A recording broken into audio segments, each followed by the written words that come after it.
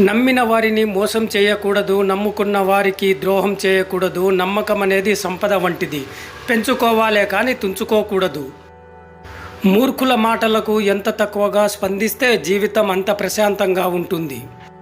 చాలామంది తమకు తెలిసిందే నిజమని వాదిస్తారు. ఒకవేళ అది అబద్ధమని తెలిస్తే ఇంకా గట్టిగా వాదిస్తారు, వాళ్ళ మాట ఎలాగైనా నెగ్గించుకోవాలని. ఎప్పుడు నీ వైపు నుంచే కాదు, అప్పుడప్పుడు అవతలి వాళ్ళ వైపు నుంచి ఆలోచించాలి.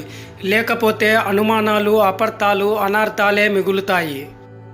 ఇతరులు తప్పు చేస్తే నీతులు చెబుతారు, వాళ్ళే తప్పు చేస్తే కారణాలు చెబుతారు చాలామంది. ఎదుటి వారిలో చిన్న చిన్న లోపాలను, బలహీనతలను మన్నించలేని బంధం ఎంతో కాలం నిలబడదు. సంపాదించలేనప్పుడు అప్పు చెయ్యకు, సంపాదన లేకుండా ఖర్చు చేయకు. ఈ రెండు చాలా ప్రమాదకరం. అదృష్టం అంటే ఆస్తులు, అంతస్తులు కలిగి ఉండటం కాదు. ప్రతిరోజు మనల్ని గుర్తుపెట్టుకొని ప్రేమగా పలకరించే మనుషుల్ని కలిగి ఉండడం నిజమైన అదృష్టం. అతి మంచితనం, అతి దానగుణం ఎప్పటికైనా ప్రమాదకరమే, గుర్తించుకో. కురుక్షేత్రంలో కర్ణుడికే ఎవ్వడూ సహాయం చేయలేదు. అలాంటిది నీకు ఎవరో ఏదో చేస్తాము అంటే నువ్వు అసలు నమ్మకు. దయచేసి నువ్వు ఆ కర్ణుడు అవ్వకు. జనానికి మనం ఎలా ఉన్నా కష్టమే. మనం బాగుంటే కుళ్ళుకొని చస్తారు, చెడిపోతే ఊరంతా చాటింపు చేస్తారు. 100 అబద్ధాలు చెప్పి నమ్మించే ప్రయత్నం చేయడం కంటే ఒక్క నిజం చెప్పి క్షమించు అని అడగడం చాలా ఉత్తమం. విలువైన వాళ్ళతో కాదు, విలువ తెలిసిన వాళ్ళతో స్నేహం చెయ్యి. నువ్వు బాధపడే రోజు ఎప్పటికీ రాదు. ఆలోచనల్ని అదుపులో పెట్టుకో, ఎందుకంటే నీ ఆలోచనలే నీకు ఇబ్బందుల్ని తెచ్చిపెడతాయి.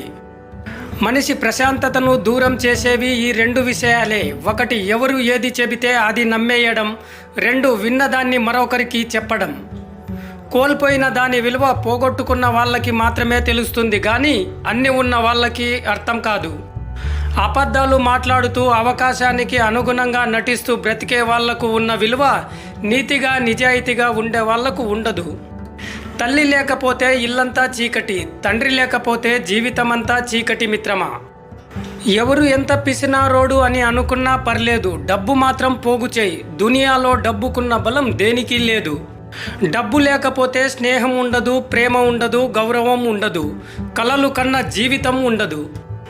సంపాదన లేకుండా అప్పు చేయడం, సంపాదనకు మించి ఖర్చు చేయడం మనిషికి 2 ప్రమాదమే. జీవితంలో ముందుకెళ్తున్న కొద్దీ ఎందరినో వదిలేయాల్సి ఉంటుంది. ఒకవేళ నువ్వు వాళ్ళని వదిలేయకపోతే వాళ్ళే నిన్ను వదిలేస్తారు. నీ దగ్గర పైసలు ఉంటే వృధాగా ఖర్చు చేసి వాటిని అనుభవించు, అంతేకాని మానవత్వంతో ఒకరిని నమ్మి అప్పు మాత్రం ఇవ్వకు. చులకనగా చూసే బంధాల వైపు ఆశగా చూడకు. ఒకవేళ వాళ్ళు నీ దగ్గరకు వచ్చారు అంటే నీ మీద ఉన్న ప్రేమతో కాదు, నీతో ఉన్న అవసరం కోసం మాత్రమే. దీన్ని ఎప్పటికీ మర్చిపోకు. నష్టపోయినా పర్వాలేదు, కానీ నీ మీద నీకున్న నమ్మకాన్ని పోనివ్వకు.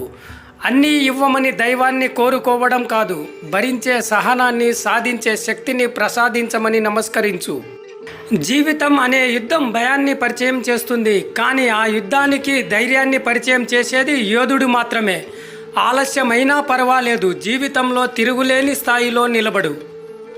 సంతోషం నేర్పలేని ఎన్నో విషయాలు కన్నీళ్లు నేర్పుతాయి. గెలుపు నేర్పలేని ఎన్నో పాఠాలు ఓటమి నేర్పుతుంది. ఆవేశం 1 అడుగు ముందుకు వేస్తే ఆలోచన 2 అడుగులు వెనక్కి వేస్తుంది. కొన్ని ఆవేదన మనుషుల్ని నలిపివేస్తాయి, కొన్ని బాధలు బతికుండగానే చంపేస్తాయి. మనసు ఓర్పు చాలా గొప్పది కదా. ఏడ్చుకుంటూ కూర్చుంటే ఏదీ మారదు. బ్రతకడం నేర్చుకుంటే అన్నీ మారుతాయి. జీవితం అన్నాక సమస్యలు వస్తూనే ఉంటాయి. వాటిని ధైర్యంగా ఎదుర్కొనగలిగితేనే అన్నీ మారుతాయి. అవసరమైన దాన్ని కోరుకో, అనవసరమైన దాన్ని వదులుకో.